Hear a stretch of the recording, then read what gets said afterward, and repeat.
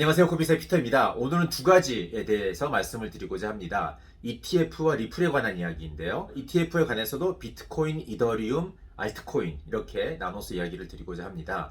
일단 비트코인에 관한 이야기는 지난주에 나왔던 이야기인데 블룸버그 ETF 애널리스트에 의하면은 11월 9일부터 17일 사이에 비트코인 현물 ETF 승인이 날 수도 있다라는 그런 이야기입니다. 그 이유는 뭐냐면은 SEC가 승인을 낼 수 있는 그 시기라는 게 신청서에 대한 퍼블릭 커멘트를 받는 기간 동안에는 낼 수 없게 되어 있는데 그 기간이 지난 11월 9일에 끝났고 다음 퍼블릭 커멘트를 받는 기간이 이제 17일부터 시작이 되기 때문에 그 사이에 승인이 나올 수 있다라는 그런 주장인 거죠. 이분들이 ETF에 관해서는 상당히 전문가이시기 때문에 신뢰성은 있는 이야기가 아닐까 싶은데 일단 그 구간이라고 해서 반드시 나온다는 얘기는 아니기 때문에 지켜봐야 될 것 같긴 합니다. 어쨌든 SEC 결정 최종 마감일인 1월 10일 전까지는 발표가 있을 거기 때문에 가능성은 여전히 상당히 높은 상황이라고 이렇게 얘기를 할 수가 있을 것 같습니다. 구독, 좋아요, 알림 설정 부탁드릴게요. 그리고 또 이렇게 워낙 지금 시장 기대치가 높다 보니까 SEC의 언행 하나하나를 굉장히 많이 의미를 부여하는 그런 경향이 좀 있는 것 같아요. 최근에 게리 겐슬러의 트위터에 올라온 영상을 보면은 SEC가 디스클로저 레귤레이터이고 메릿 레귤레이터는 아니라는 걸 설명하는 영상이 있습니다. 이 차이에 대해서는 한 달 전쯤에 발간한 그 SEC 위원 중에 한 분인 헤스터 퍼스와의 대화에 관한 리포트에서 좀 자세히 다루고 있으니까 한번 참조해 보시면 좋을 것 같은데 간단하게 말씀드리면은 디스클로저 레귤레이터라는 거는 어느 투자가 되고 안 되고를 결정해 주는 게 아니고 그러한 판단은 투자자들이 직접 하되 좋은 판단을 할 수 있도록 정보 공개를 공정하게 하는 걸 요구를 하는 그런 레귤레이터라는 내용입니다.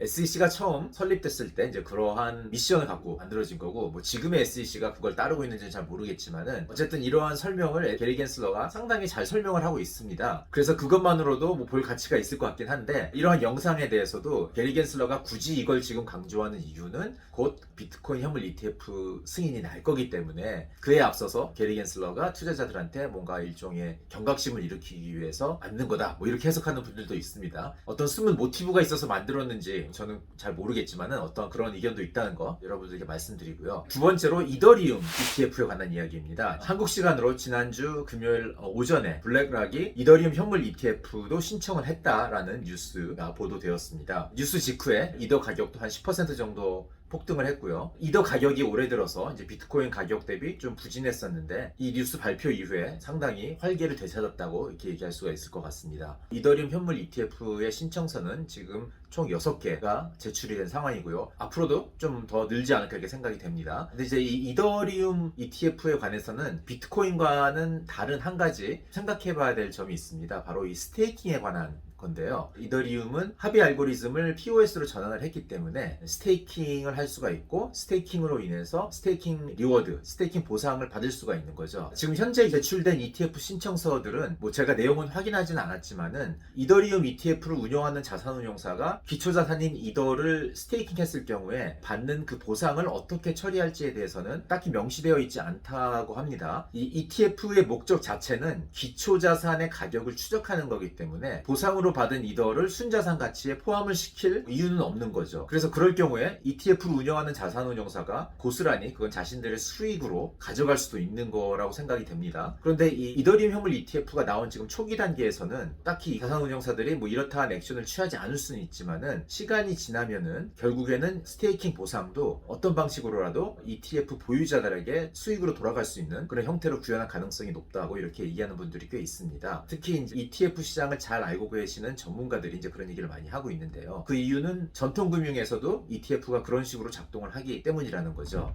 예를 들어서 미국 증시 지수인 S&P 지수를 트래킹하는 현물 ETF 같은 경우 기초자산으로 들고 있는 주식들을 대출해주는, 랜딩해주는 이런 사업도 한다고 합니다. 이제 시큐리티 랜딩이라는 이제 그런 분야인데 랜딩을 하는 이유는 이제 이자 수익을 얻기 위해서인 거죠. 얻은 이자 수익을 배당이라든지 이런 형태로 ETF 보유자에게 배분하는 구조를 갖춘 주식 지수 연동 ETF가 상당히 존재를 합니다. ETF 운용사 간의 경쟁이 심화되면서 투자자들을 끌어들이기 위해서 새로운 설계를 한 상품들이 나오게 된 건데 이 이더리움 ETF도 그러한 전례를 밟을 수 있다는 거죠. 그래서 지금 신청된 현물 ETF들은 이러한 구조를 갖고 있지 않을지 모르지만은 앞으로는 이런 스테이킹 리워드를 배당이나 이런 형태로 ETF 보유자들에게 배분하는 이런 식의 상품 설계가 이제 충분히 나올 수 있다는 얘기를 하고 있습니다. 특히 전통 ETF 같은 경우는 주식을 랜딩해야지 거기서 이자 수익이 오기 때문에 주식을 빌려가는 사람의 신용 리스크를 짊어져야 되지만은 이더를 스테이킹 할 경우에는 네트워크 상에서 자체적으로 보상을 받는 거기 때문에 크레딧 리스크가 없다는 점에서는 상당히 신뢰할 수 있는 배당 수익이 될 수 있지 않을까 이렇게 생각이 됩니다. 다음은 알트코인에 관한 이야기인데요. 코비 리서치에서 지난주 금요일 기관 자금 동향에 대한 리포트를 내면서 알트코인 ETF 가능성에 대해서 언급을 했었습니다. 사실 이 리포트는 저희가 수요일에 마친 상태였는데 코비 리서치 리포트가 문서가 작성되고 발간하기까지 한 하루 이틀 정도 시간이 걸립니다. 그래서 금요일 발표된 블랙락의 이더리움 현물 ETF 신청 전에 쓴 내용인데 거기서 이미 알트코인 ETF 신청 가능성에 대해서 좀 언급을 했었던 거죠. 블랙락이 이더리움 ETF를 신청을 함으로 인해서 다른 알트코인에 대한 ETF 신청 가능성에 대한 기대감이 지금 조금 더 높아진 상황이긴 합니다.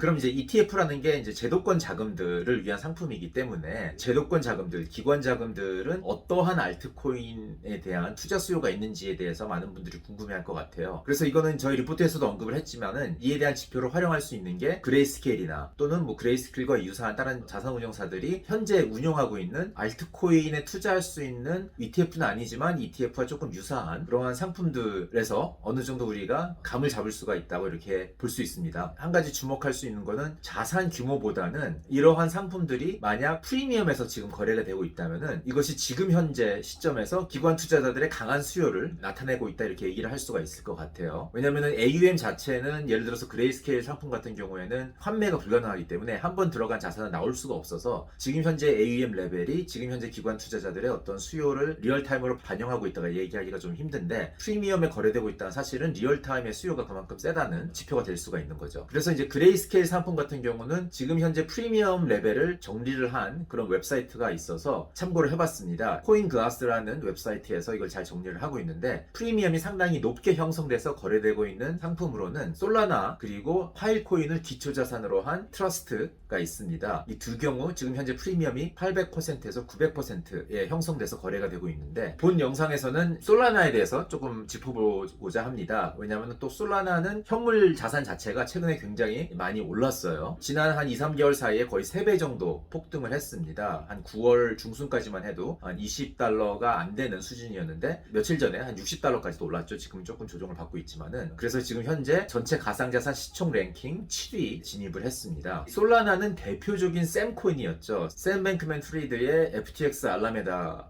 그룹이 상당히 많이 지원을 하던 그런 코인이었는데 FTX가 이제 파산을 하면서 솔라나도 망한 거 아니냐 뭐 이런 인식이 굉장히 팽배했었습니다. 그래서 1년 전까지만 해도 고점 대비 거의 99% 정도 폭락을 한 상황이었고 다시 살아날 가능성이 없는 것처럼 한때는 여겨졌었어요. 근데 최근 들어서 굉장히 크게 이제 반등을 한 거죠. 이 가장 큰 이유는 커뮤니티의 힘이었던 것 같습니다. 가상자산이라는 게 뭔지를 잘 생각을 해보면은 커뮤니티, 공동체들이 모여서 서비스를 만들려고 이제 노력을 하고 있는 거죠. 그렇지만 커뮤니티의 버림을 받으면은 그 네트워크는 쓸모가 없어지는 거고 당연히 그러면은 자산 자체도 쓸모가 없게 되겠지만은 그러한 이유로 커뮤니티가 끝까지 남아서 유용한 서비스를 만들기 위해서 계속 노력하는 그런 상황이면은 어느 정도 희망이 있는 거죠. 솔라나도 이제 그러한 과정을 연초에 겪었던 것 같습니다. 자산 가격 자체는 폭락을 했지만은 거기에 남아있던 커뮤니티 개발자들이 열심히 개발 활동을 지속을 하면서 솔라나 생태계를 회복시키는 노력을 했었고 코비 리서치에서 이에 대해서 1월 달에 다룬 리포트를 발간한 적이 있습니다. 솔라나에 대한 과도한 우려라는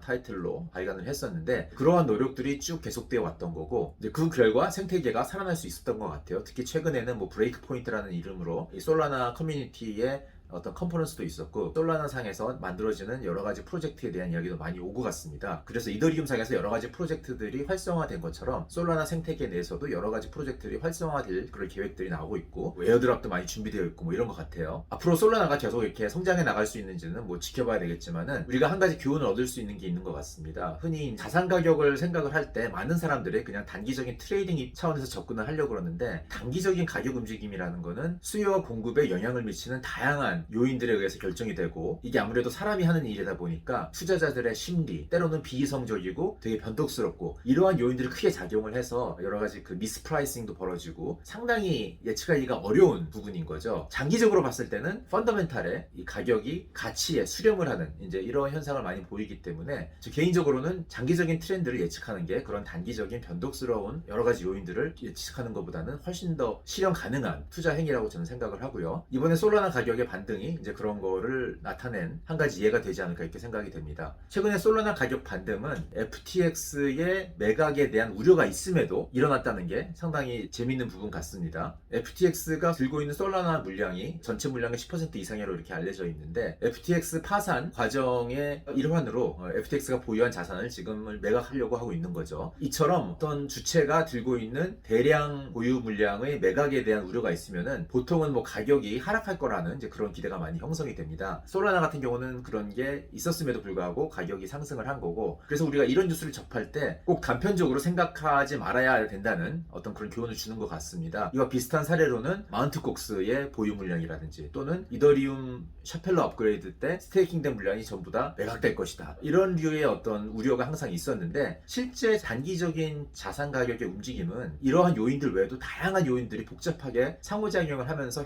가격이 형성되는 거기 때문에 그렇게 단편적으로 섣부른 결정을 내릴 필요는 없지 않을까 이렇게 생각이 됩니다. 마지막으로 이제 리플 얘기를 하겠습니다. 지금 리플 소송에서 남아있는 과정은 레메디에 관한 부분이라고 지난번에 말씀을 드렸어요. 레메디라는 거는 일단 시정사항 또는 뭐 벌금 뭐 이렇게 번역을 할 수가 있을 것 같은데, 법원이 리플이 증권법을 위반했다라는 판결을 한 부분이 있는 거죠. 바로 기관 매각에 관한 부분인 거고, 이 부분에 대해서 얼마 정도의 벌금을 물어야 되는지 이제 결정하는 이런 상황에 있는 거고, SEC는 기관 매각으로 통해서 자금 조달한 총 금액 한 7억 7천만 불 정도 되는데 이거를 전부 다 뱉어내라라는 주장을 하고 있는 거죠. 그런데 이에 대해서 법원이 이 금액에 대해서 판결을 내려야 되는데 어떻게 될지는 모르겠어요. 그렇지만은 최근 존 디튼과 제러미 호간 변호사님이 트위터에서 나눈 의견을 보면은 실제 액수는 SEC가 요구하는 액수의 뭐 10분의 1 정도가 될 확률이 높다라는 얘기를 하고 있습니다. 그 이유에 대해서는 제가 뭐 지난번 영상에도 잠깐 언급을 했던 것 같은데, 일단 매각으로 인해서 얻은 이익만 대상이 되기 때문에 일단 비용 같은 걸 다 제외해야 된다는 거죠. 그래서 7억 7천만 불 고스란히 전부 다 그 대상이 될 수 없다, 이런 얘기를 하고 있고요. 그 다음에 또 미국 관할권 밖에서 매각한 건 대상이 안 된다고 이렇게 얘기를 하고 있습니다. 2010년에 있었던 대법원 판결 모리슨 케이스라는 뭐 선례가 있었다고 이렇게 얘기를 하면서, 당시에 호주에서 뭐 어떤 다른 전통자산이었던 것 같은데 매각이 일어났었는데 그런 것들은 대상이 되지 않았다는 얘기를 하면서, 그렇게 따지면 XRP의 기관 매각이 미국 바깥에서 일어난 경우에는 대상이 될 수 없을 확률이 크다라는 얘기를 하고 있습니다. 그리고 이제 XRP가 브리지 커런시로 사용이 되기 때문에 이걸 이제 ODL이라고 사람들이 표현을 하는데, ODL에 사용된 물량도 또 대상에서 제외를 하고, 이런 식으로 자꾸 이것저것 다 빼다 보면은 결국에 남는 그 액수는 몇 천만 불 정도 수준이 될 것이다 라는 뭐 이런 이야기이죠. 그래서 그 정도 액수면은 사실 리플이라는 회사한테는 그렇게 큰 액수는 아닐 것 같고요. 그러면 일부에서 우려를 했던 리플이 아주 큰 벌금을 물음으로 인해서 뭐 앞으로 사업을 꾸려나가는데 타격을 줄 수 있다, 이런 우려가 상당 부분 많이 해소되지 않을까 이렇게 생각이 됩니다. 네, 오늘은 여기까지입니다. 바이바이.